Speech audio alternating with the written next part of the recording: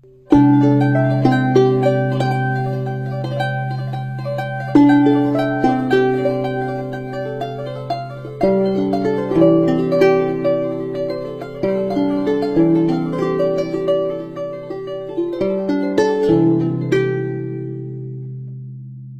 a historic land known to the west as Arakan, there existed a great and powerful Buddhist kingdom for many, many centuries. Obscured by history and politics, this remote, isolated, and little-known land is now becoming known and recognized. The legacy of Arakan is still very much alive, and the Buddhists of Arakan are proud of their unique culture.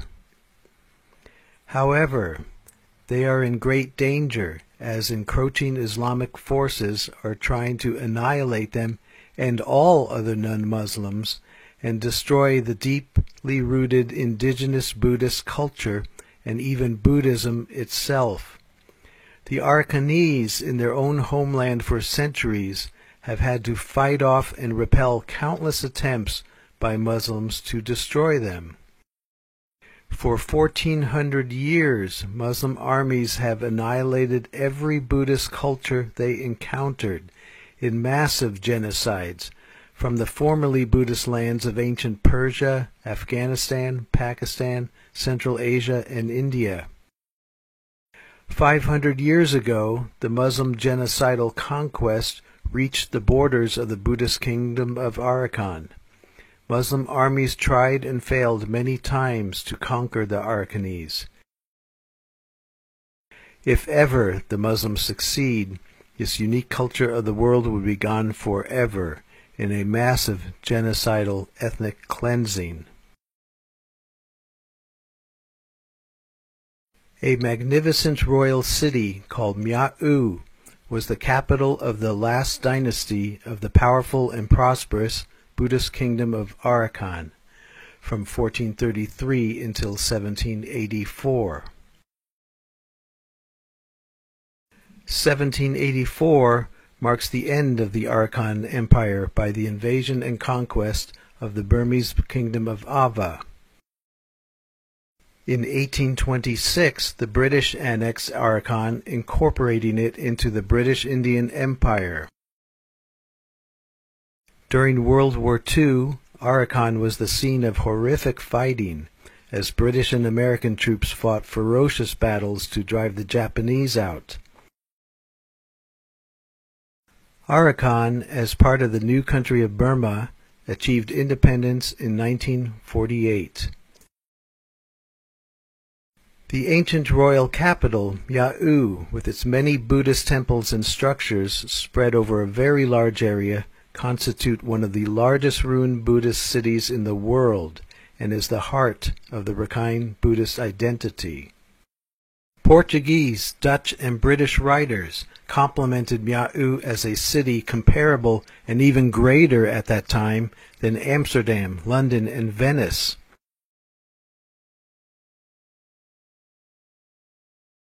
In 1639, the Portuguese Jesuit Father A. Farinha wrote, "Arakan is a second Venice.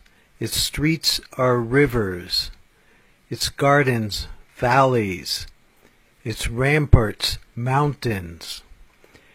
They have chosen for their city a site fortified by nature and impregnable by force of arms." In 1660, the Dutch traveler Gamier Schoorden wrote, "As we ascended sufficiently high up the mountain, we could descry the city of Arakan and the golden roofs of the palace, which shone magnificently in the rays of the sun.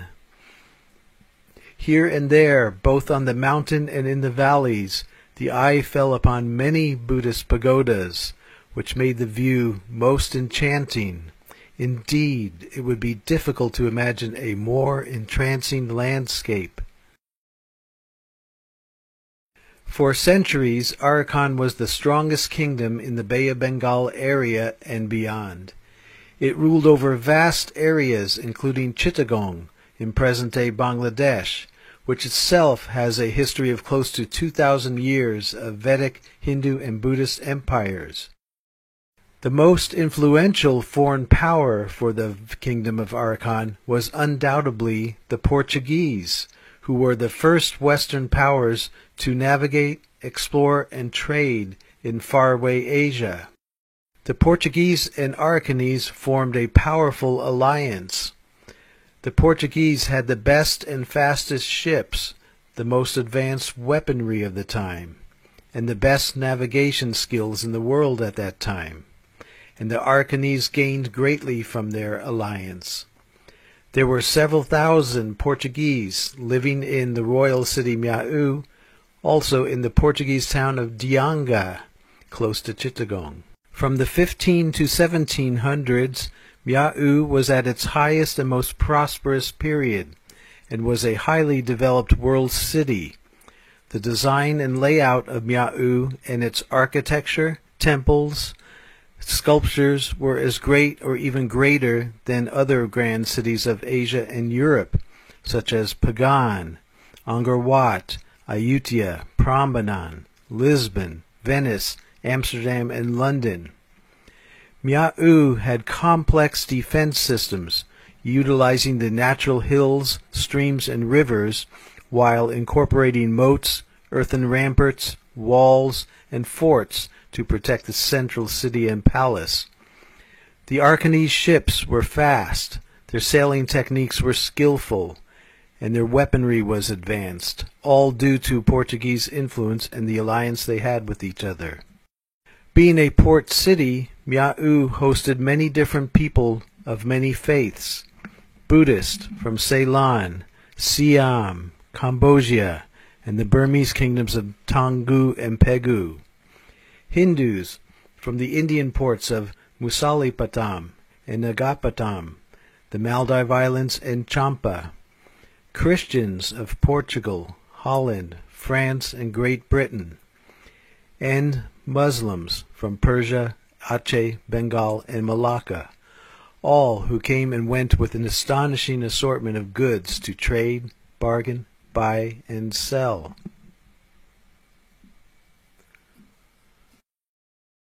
The Augustinian friar Sebastian Manrique, who lived in Arakan for 8 years in the early 1600s, described life in the capital of Mia'u.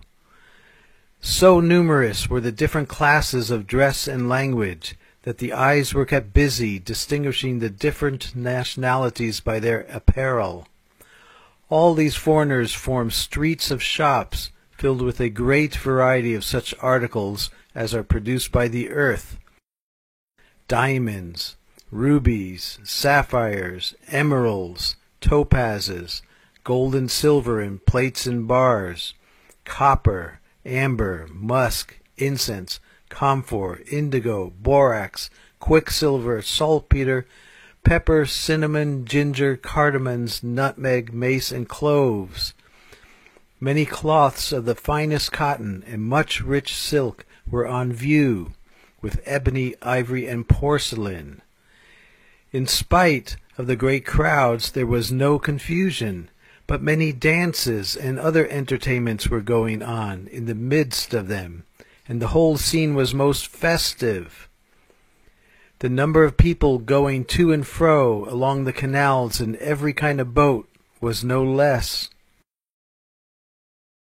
Arakan is littered with an astonishing amount of ancient Buddhist relics, ruins, artifacts, and temples.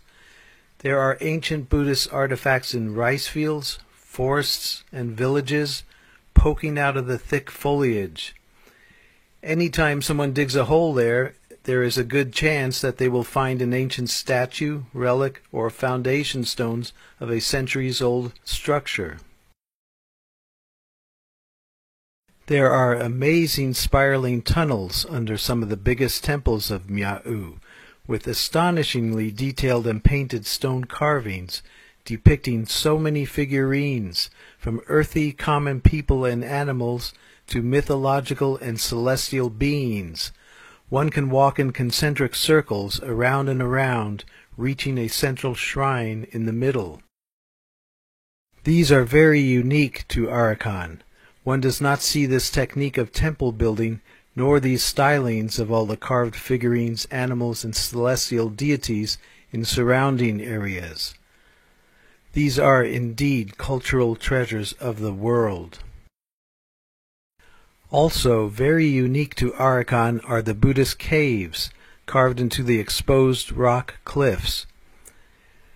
These caves are in Ponajan, an hour or two from Sitwe. This is in Paukta, several hours by very pleasant boat from Sitwe.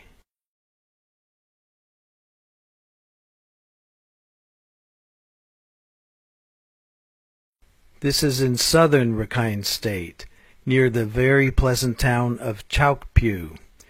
Notice the fascinating figures that are prominent in the folk and mythological lore of the Arakanese.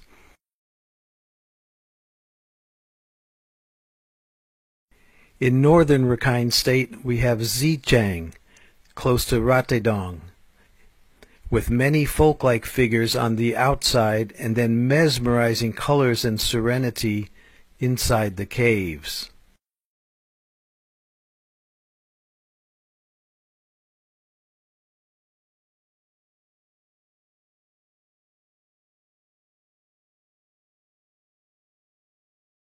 The most magnificent Buddhist caves of Arakan are here in Gudong, also very close to the town of Ratedong in northern Rakhine State. The mythological figures are a fascinating legend of a world culture that the world barely knows. All of these caves are very unique to Arakan and deserve to be recognized, saved, protected, and preserved. This site in Gudong and the previous site in Xichang are both in great danger of being destroyed forever. In 2012, thousands of Muslims marched over from nearby Muslim villages to the large Buddhist village of Gudong, which sits in front of these Buddhist caves. As the Muslim mob started to attack and burn the village, every Buddhist man and boy had to run out and form a defensive line to protect the village and their sisters, daughters, mothers, and wives. The goal of the Muslims was to burn the entire village, kill or drive out all of the 1,500 villagers, and then they would have an orgy of destruction as they would break and destroy everything you have seen here. The Muslims believe they have the divine right to completely destroy all statues and figures because the Quran tells them to. The Buddhists held the line and prevented the Muslims from achieving their goal. However, 11 men and boys were killed as they defended their village, their women and kids. The legacy of Arakan lives on. These are the descendants of those who built the magnificent structures behind them. This land is the one and only homeland of the Rakhine Buddhists. The men play sports, the women talk at the wells, and life is simple, or it could be, if not for the dangers from an alien culture who wants to exterminate all of these people and take the land from them. The year is full of Buddhist festivals. This is downtown Sitwe, the capital of Rakhine State. The city is more like a large town with a population of 100,000, dense with Buddhist pagodas, temples, and monasteries. This street and many parts of Sitwe were set on fire in June 2012 by the Bengali Muslims, and the Muslims will attack, burn, and kill again and again as they have in the past and as they will in the future. The people who are this living legacy of the kingdom of Arakan deserve to be known and protected, and their culture can be recognized and preserved as a unique world culture, and those who want to destroy it must be stopped. Currently, much of the world has maligned these indigenous people, buying into the false and manipulative media, which has fooled so many. Truth will ultimately prevail, and this ancestral and cultural homeland of the Rakhine Buddhists can be peaceful and prosperous once again.